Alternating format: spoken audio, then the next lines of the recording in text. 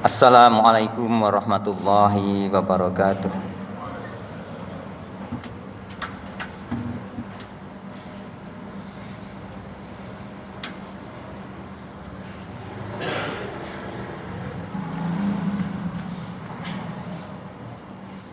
Alhamdulillahilladzi nahmaduhu wa nasta'inuhu wa nastaghfiruh wa na'udzu billahi min shururi anfusina wa min sayyiati a'malina. May yahdihillahu fala mudhillalah wa may yudlil fala hadiyalah. Asyhadu an la ilaha illallah wahdahu la syarikalah wa asyhadu anna Muhammadan abduhu wa rasuluh la nabiyya wa la rasula ba'dah. Allahumma salli wa sallim wa barik ala nabiyyina Muhammadin wa ala alihi wa sahbihi wa man walah. Amma ba'd. Qala Allah ta'ala a'udzu billahi minasyaitonir rajim. Ya ayyuhalladzina amanu taqullaha haqqa tuqatih wa la tamutunna illa wa antum muslimun. Ya ayyuhan nasu taqu rabbakumul ladzi khalaqakum min nafsin wahidah wa khalaqa minha zawjaha wa bassa minhuma rijalan katsiran wa nisaa'a wattaqullaha alladzi tasaaluna bihi wal arham innallaha kana 'alaikum raqiba. Ya ayyuhalladzina amanu taqullaha wa qulu qawlan sadida yuslih lakum a'malakum wa yaghfir lakum dhunubakum wa may yuti'illaha wa rasulahu faqad faza fawzan 'azima. Jemaah Jumat rahimakumullah. Alhamdulillah, kita bersyukur kepada Allah Subhanahu wa taala yang telah memberikan kepada kita karunia dan nikmat yang sangat banyak, terutama nikmat iman dan nikmat Islam. Nikmat yang paling besar bagi kita semuanya, bagi manusia. Karena tanpa kedua nikmat ini, nikmat yang lain tidak akan membawa manfaat bagi manusia kelak di yaumil akhir. Salawat dan salam semoga tercurah kepada junjungan kita Rasulullah Muhammad sallallahu alaihi wasallam, kepada keluarga, sahabat dan para pengikutnya yang menetapi sunnah-sunnah beliau sallallahu alaihi wasallam ila yaumil qiyamah. Jamaah rahimakumullah.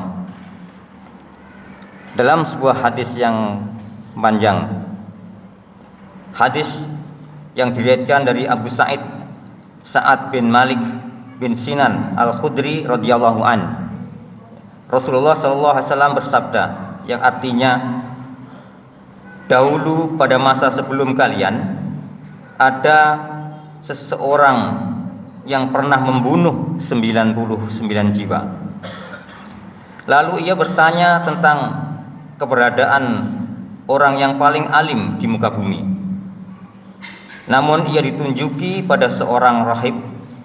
Lantas ia pun mendatanginya dan berkata, jika seseorang telah membunuh 99 jiwa, apakah taubatnya diterima? Rahib itu menjawab, orang seperti itu tidak diterima taubahnya. Lalu orang tersebut membunuh rahib itu, maka genaplah 100 jiwa yang telah ia renggut nyawanya. Kemudian ia bertanya kembali tentang keberadaan orang yang paling alim di muka bumi. Ia pun ditunjuki kepada seorang alim. Lantas ia bertanya pada alim tersebut, jika seseorang membunuh 100 jiwa, apakah taubatnya diterima? Orang alim itu pun menjawab, ya, masih diterima. Dan siapakah yang akan menghalangi antara dirinya dengan taubat? Beranjaklah dari tempat ini ke tempat yang jauh, karena di sana terdapat sekelompok manusia yang menyembah Allah Ta'ala.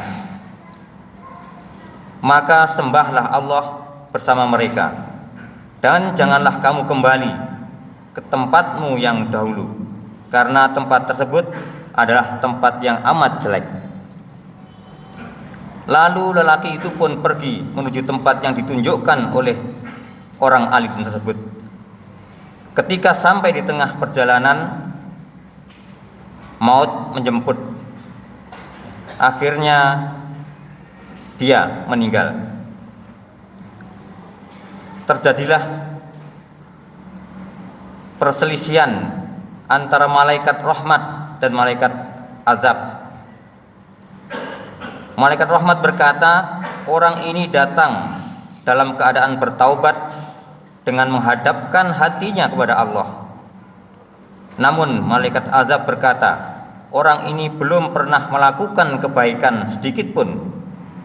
Lalu datanglah malaikat lain dalam bentuk manusia. Mereka berdua, malaikat rahmat dan malaikat azab, sepakat untuk menjadikan malaikat ini sebagai pemutus perselisihan mereka. Malaikat ini berkata, ukurlah jarak kedua tempat tersebut, jarak antara tempat yang jelek yang ia tinggalkan dengan tempat yang baik yang ia tuju. Jika jaraknya dekat, maka ia berhak atas orang ini. Lalu mereka pun mengukur jarak kedua tempat tersebut, dan mereka dapatkan bahwa orang ini lebih dekat ke tempat yang dituju, yaitu tempat yang baik. Akhirnya malaikat rahmat mencabut nyawa orang tersebut. Jamaah rahimakumullah.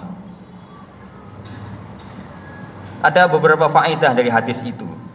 Yang pertama, hadis ini menunjukkan luasnya ampunan Allah. Hal ini disebutkan dalam hadis yang lainnya. Anas bin Malik menceritakan bahwa Rasulullah SAW bersabda, Allah Ta'ala berfirman, yang artinya, wahai anak Adam, sesungguhnya jika engkau menyeru dan mengharap padaku, maka pasti aku pun ampuni dosa-dosamu tanpa aku pedulikan. Wahai anak Adam, seandainya dosamu membumbung tinggi hingga ke langit, tentu aku akan ampuni tanpa aku pedulikan. Wahai anak Adam, seandainya engkau mendatangiku dengan dosa sepenuh bumi dalam keadaan tidak berbuat syirik sedikit pun padaku, tentu aku akan mendatangimu dengan ampunan sepenuh bumi pula. Faedah yang kedua, Allah akan mengampuni setiap dosa meskipun dosa besar selama mau bertaubat. Selain dari faedah hadis di atas, kita juga dapat membaca firman Allah pada surat Az-Zumar ayat yang ke-53. Katakanlah, hai hamba-hambaku yang melampaui batas terhadap diri mereka sendiri, janganlah kamu berputus asa atas rahmat Allah. Sesungguhnya Allah mengampuni dosa-dosa semuanya. Sesungguhnya dialah yang maha pengampun, lagi maha penyayang. Az-Zumar 53. Ibnu Katsir mengatakan ayat ini berisi seruan kepada setiap orang yang berbuat maksiat, baik kekafiran dan yang lainnya, untuk segera bertaubat. Ayat ini mengabarkan bahwa Allah akan mengampuni dosa bagi siapa saja yang ingin bertaubat, dan dosa-dosa tersebut akan dihapuskan walaupun dosa ini amat banyak dan bagai buih di lautan. Ayat ini menunjukkan bahwa Allah mengampuni setiap dosa walaupun itu berupa kekufuran, kesyirikan, dan dosa besar yang lainnya seperti membunuh, berzina, minum minuman keras, dan sebagainya. Ibnu Katsir mengatakan berbagai hadis menunjukkan bahwa Allah mengampuni setiap dosa, termasuk dosa kesyirikan, jika seseorang bertaubat. Janganlah seseorang berputus asa atas rahmat Allah walaupun begitu banyak dosa yang ia lakukan. Pintu taubat dan rahmat Allah begitu luas. Faedah yang ketiga, janganlah membuat seseorang putus asa dari rahmat Allah. Ketika menjelaskan surat Az-Zumar ayat yang ke-53 di atas, Ibnu Abbas mengatakan, Barang siapa yang membuat seseorang hamba berputus asa dari taubat setelah turunnya ayat ini, maka ia berarti telah menentang kitabullah azza wa jal.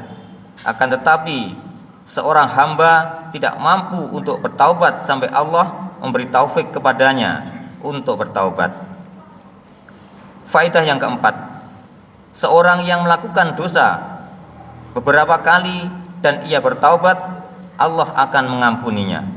Sebagaimana disebutkan dalam sebuah hadis yang lainnya dari Abu Hurairah radhiyallahu an, Rasulullah sallallahu alaihi wasallam bersabda yang diceritakan dari Rabb-Nya azza wa jal, ada seorang hamba yang berbuat dosa lalu dia mengatakan, Allah maghfirli zambi, ya Allah ampunilah dosaku. Lalu Allah berfirman, hambaku telah berbuat dosa. Lalu aku mengetahuinya bahwa dia memiliki Rabb yang mengampuni dosa dan menghukumi setiap perbuatan dosa.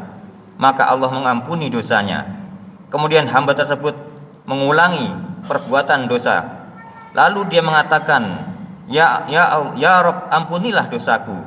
Lalu Allah berfirman, hambaku telah berbuat dosa. Lalu dia mengetahui bahwa dia memiliki Rabb yang mengampuni dosa dan menghukumi setiap perbuatan dosa. Maka Allah mengampuni dosanya. Kemudian hamba tersebut mengulangi lagi perbuatan dosa. Lalu dia mengatakan, wahai Rabb, ampunilah dosaku. Lalu Allah berfirman, hambaku telah berbuat dosa. Lalu dia mengetahui bahwa dia memiliki Rabb yang mengampuni dosa dan menghukumi setiap perbuatan dosa. Beramallah sesukamu, sungguh engkau telah diampuni. Bapak-bapak rahimakumullah,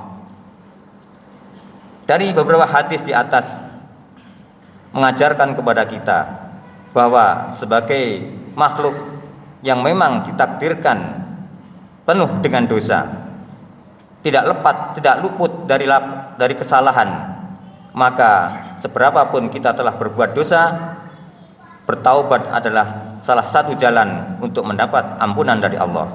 Maka jangan pesimis, tetap optimis untuk mendapatkan ampunan dari Allah Subhanahu wa taala dengan cara bertaubat. Selain bertaubat, dosa-dosa dapat dihapus dengan beristighfar, dengan berbuat baik atau amal soleh, dan dengan sabar dan tawakal atas musibah yang diberikan oleh Allah kepada manusia. Mudah-mudahan beberapa hadis ini dapat menginspirasi kita, dapat memotivasi kita untuk tetap optimis, untuk memohon ampun kepada Allah Subhanahu wa taala atas segala dosa dan kesalahan yang kita lakukan. Aqulu qouli hadza wa astaghfirullahu li wa lakum wastaghfiruh innahu huwal ghafurur rahim.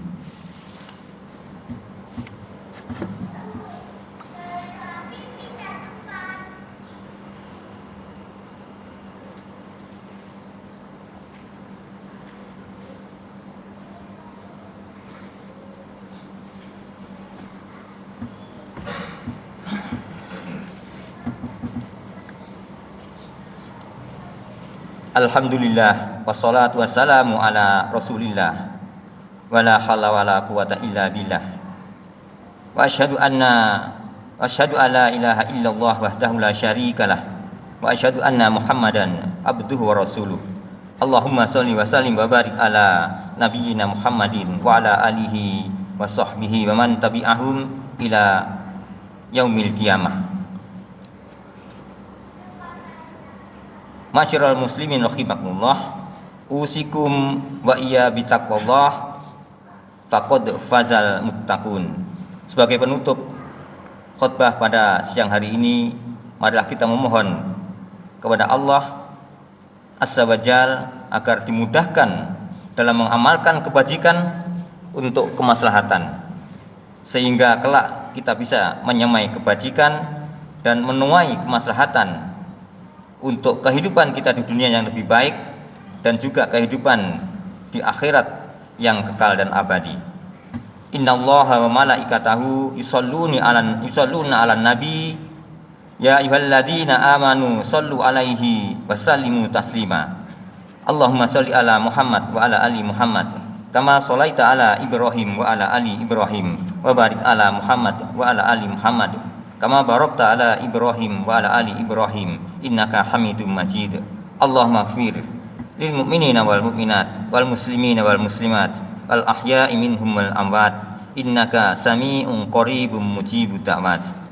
Allahumma firli Allahumma fir lana wa liwalidaina warhamhuma kama rabbayana shighara. Rabbana zalamna anfusana wa illam taghfir lana wa tarhamna lanakunanna minal khasirin. Rabbana hab lana min azwajina wa dhurriyyatina qurrata a'yun waj'alna lil muttaqina imama. Allahumma inna nas'alukal huda wat tuqa wal afaf wal ghina. Allahumma inna nas'alukal jannah wa na'udzubika minan nar. Allahumma inna nas'alukal jannah wa na'udzubika minan nar. Allahumma inna nas'alukal jannah wa na'udzubika minan nar. Allahumma inna nas'aluka salamatan fid din wa afiyatan fil jasad wa ziyadatan fil ilmi wa barakatan fil rizqi wa taubatan qoblal maut wa rahmatan indal maut wa maghfiratan ba'dal maut. Allahumma hawin alaina fi sakaratil maut wan najata minan nar wal afwa indal hisab. Rabbana la tuzigh qulubana ba'da idh hadaitana wa hab lana min ladunka rahmah innaka antal wahhab. Rabbana atina fid dunya hasanah wa fil akhirati hasanah wa qina adzaban nar. Subhana rabbika rabbil izzati amma yasifun wa salamun alal mursalin walhamdulillahi rabbil alamin. Aqimissalah.